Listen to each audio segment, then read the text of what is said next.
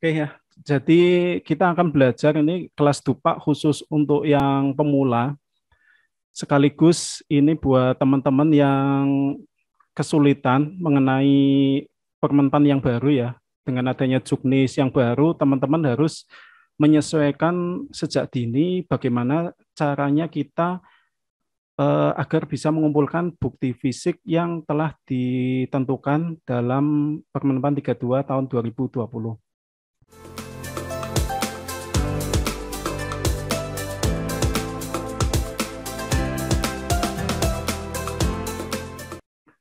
Oke, perkenalkan dulu nama saya Basuki Rahmat. Saya ini cuma Pranata Komuter Mahir ya. Saya cuma lulusan D3, bukan S1 atau S2 ya. Ini saya biasa tukang ngecap. Tukang ngecap itu sering banyak banyak ngobrolnya dibandingkan kegiatan Pranata Komuter lainnya. Karena saya itu lebih banyak untuk ini ya di dunia online. Saya ini selain mengampu kelas Dupak, saya juga ngajari adik-adik yang ikut CPNS tentang SKB Pranata Komputer.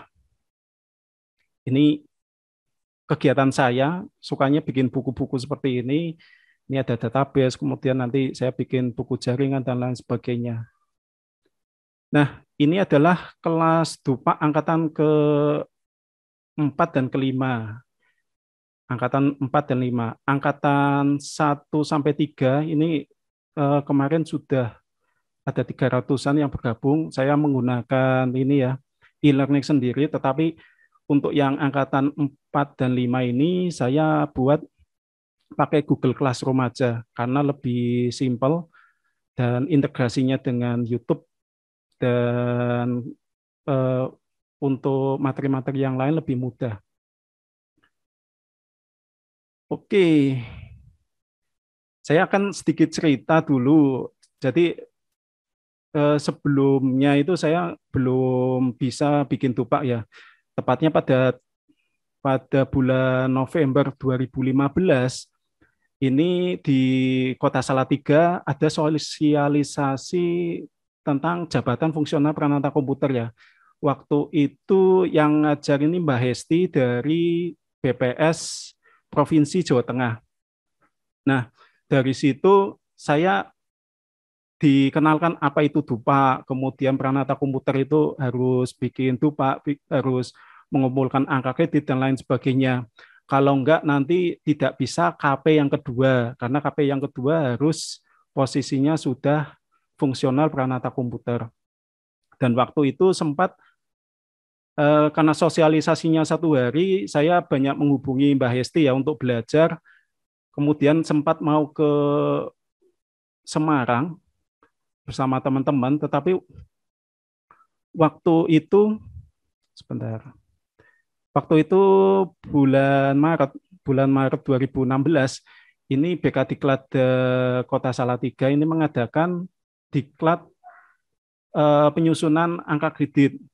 Nah, diklat tersebut itu waktunya cukup lama, yaitu 10 hari, di mana 7 hari ini teman-teman yang Pranata Komputer di Salatiga ini diajari bikin Dupak dari nol ya.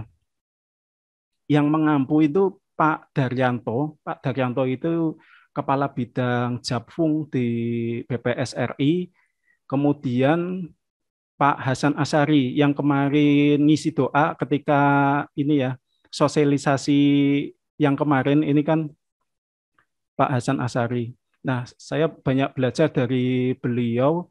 Kemudian setelah pelatihannya selesai, saya ini banyak berkomunikasi dengan Pak Hasan ini terkait dengan ini ya bukti fisik yang saya ajukan. Jadi sebelum saya kirim Dupak itu saya konsultasi dengan Pak Hasan. Pak, ini apakah perekaman datanya sudah betul, penggandaan datanya sudah betul. Jadi dikoreksi sama mereka. Nah, dari situ bulan Juni 2016 saya itu mengirim Dupak pertama kali. Dan bulan September itu PAK-nya baru turun sekitar dapat 91, sekian ya, 91, sekian. Dan bulan Oktober saya baru diangkat menjadi Pranata Komputer.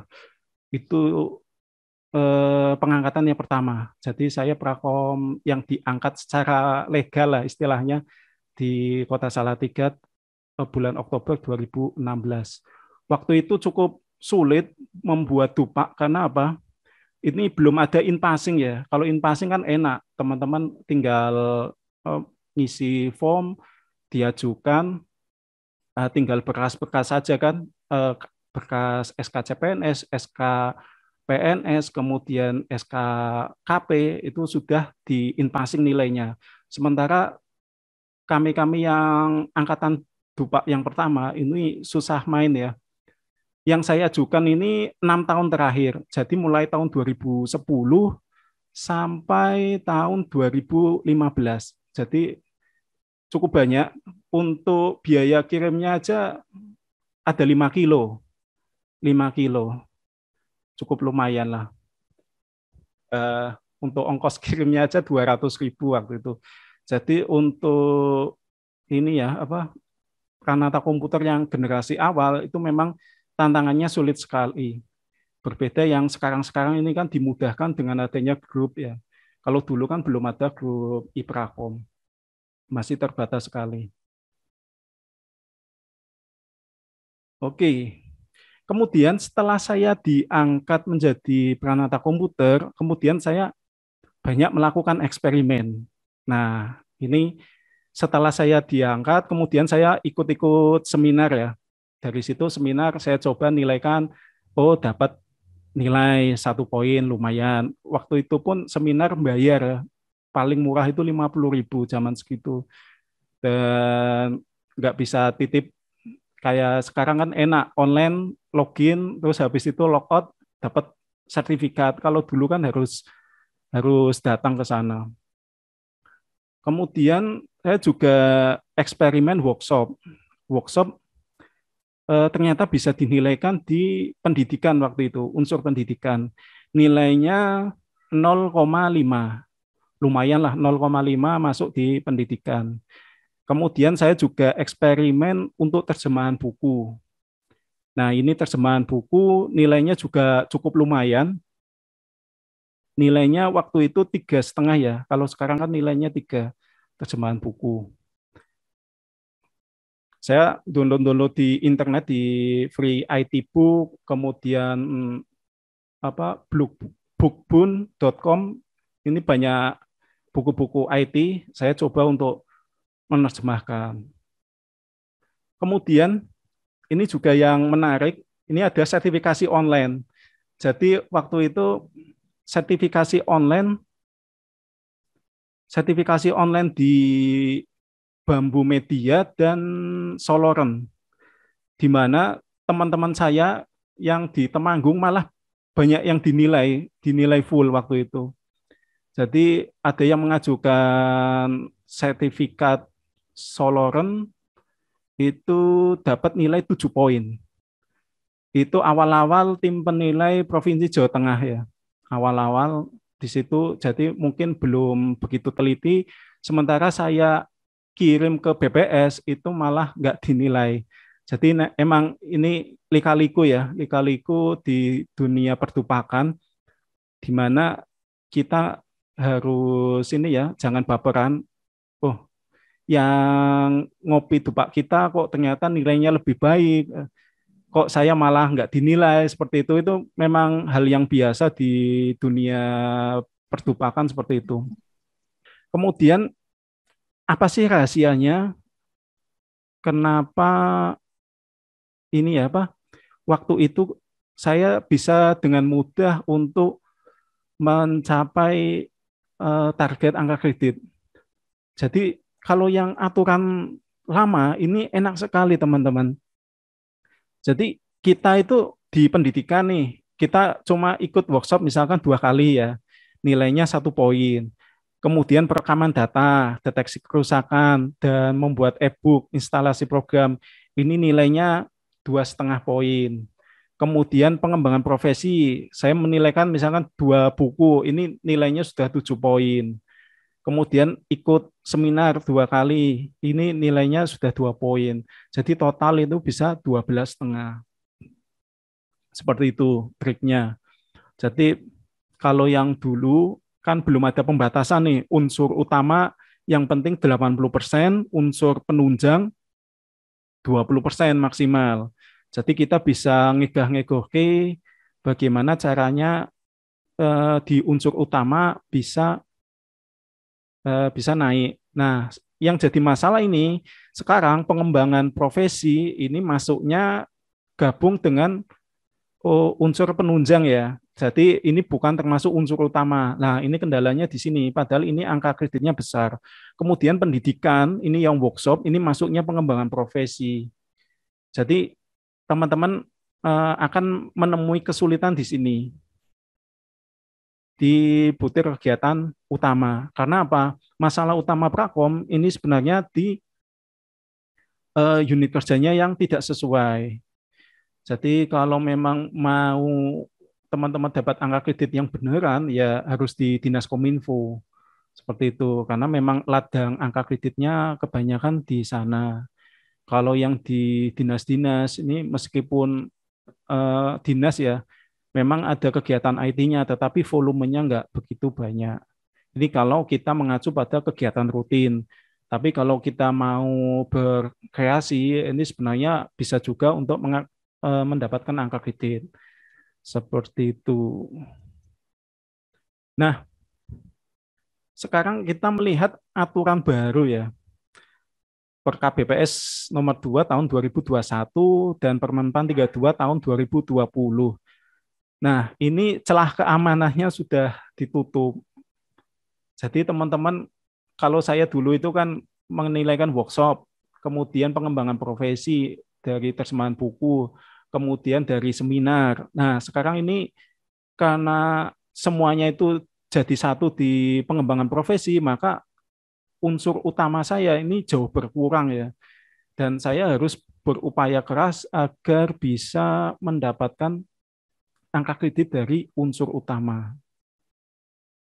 Nah, ini di pasal 26, ini kan disebutkan 1A. 1A ini untuk prakom terampil ini 5, kemudian untuk prakom ahli pertama dan mahir ini 12,5 per tahun, dan prakom penyelia atau prakom muda ini 25 poin per tahun. Tentu ini cukup sulit ya, apalagi kalau teman-teman di unit kerja yang bukan ini ya, berbasiskan IT ya. Terutama saya ya karena pernah dulu di kelurahan, di kecamatan, tentunya untuk yang di kelurahan ini sangat berat sekali. Kelurahan maupun kecamatan ini sangat berat untuk mendapatkan 12,5 poin dalam setahun. Nah, gimana solusinya sekarang?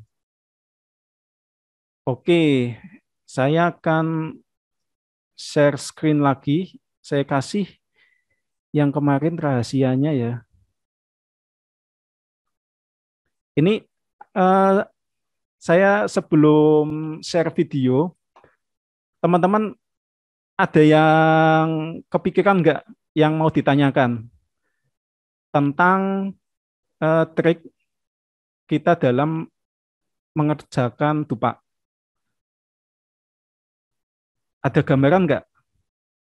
Silakan kalau ada yang Ya, mau Mas. tanya. Ya, Mas William silakan. Mas, ini saya kepikiran kalau di ahli itu kan banyak perancangan-perancangan gitu kan, Mas. Iya. Apakah kalau mengajukan perancangan itu apakah harus sampai implementasi? Perancangan tidak, nggak perlu. Jadi kan Perancangan boleh perancangan, istilah perancangan kosong gitu kan, nggak masalah berarti. nggak masalah mau terrealisasi atau enggak. Yang penting tim penilai itu yang penting bukti fisiknya. Perkara itu nanti melibat ada anggaran atau enggak, yang penting teman-teman dikerjakan aja. Nah, nanti ini kan kita baru pengantar dulu nih, baru Oh iya. pengantar. Dan nanti kita akan belajar Nyun sewu ya, ini pakai kacamata kuda. Kenapa kita pakai kacamata kuda? Karena ini kan kita akan menilaikan kegiatan 1,5 tahun terakhir, ya kan? 1,5 tahun ke belakang. Nggak bisa dong kita mikir perancangan, kemudian bikin program, waktunya habis. Iya, Jadi betul. bagi teman-teman yang di Jawa Tengah ya, yang tim penilainya Diskominfo, Diskominfo Provinsi Jawa Tengah, nah ini kan kemarin sudah dapat edaran bahwasanya tanggal 15 Desember 2021 itu sudah mengumpulkan DUPMA dengan bahan penilaian 1,5 tahun dari mulai Juni 2020 sampai dengan Desember 2021. Nah, sementara ini aja sudah bulan Agustus. Otomatis hanya 4 bulan efektif lah untuk membuat DUPA. Nah, bagaimana kalau misalkan waktunya sudah mepet sekali kan kita nggak mungkin mempelajari, oh ini kegiatan A, nilainya sekian, kemudian loncat ke kegiatan B, itu nanti nggak efisien. Jadi kita harus menentukan beberapa butir kegiatan yang bisa kita genjot volumenya. Ya kan? Jadi misalkan deteksi perbaikan perangkat IT end user, itu juga di ahli ada deteksi perangkat infrastruktur IT. Nah, itu kan kalau di mahir itu nilainya 0,049. Berarti kalau deteksi dan perbaikan dikalikan 2, 0,081 ya. 8191 ya. Nah, itu kan lumayan. Nah, nanti nanti saya akan ajari triknya ya. Kita akan share dulu. Ini yang bisa teman-teman. Ini di sini ada tim penilai nggak?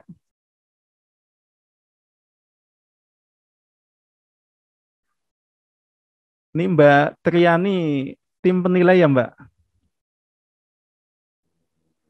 Mbak Triani. Iya, Mas. Tim penilai Probolinggo. Lah nanti kalau saya kasih triknya nanti kebongkar semua dong, Mbak. Nggak apa-apa, saya kan juga ngajukan DUPAK juga.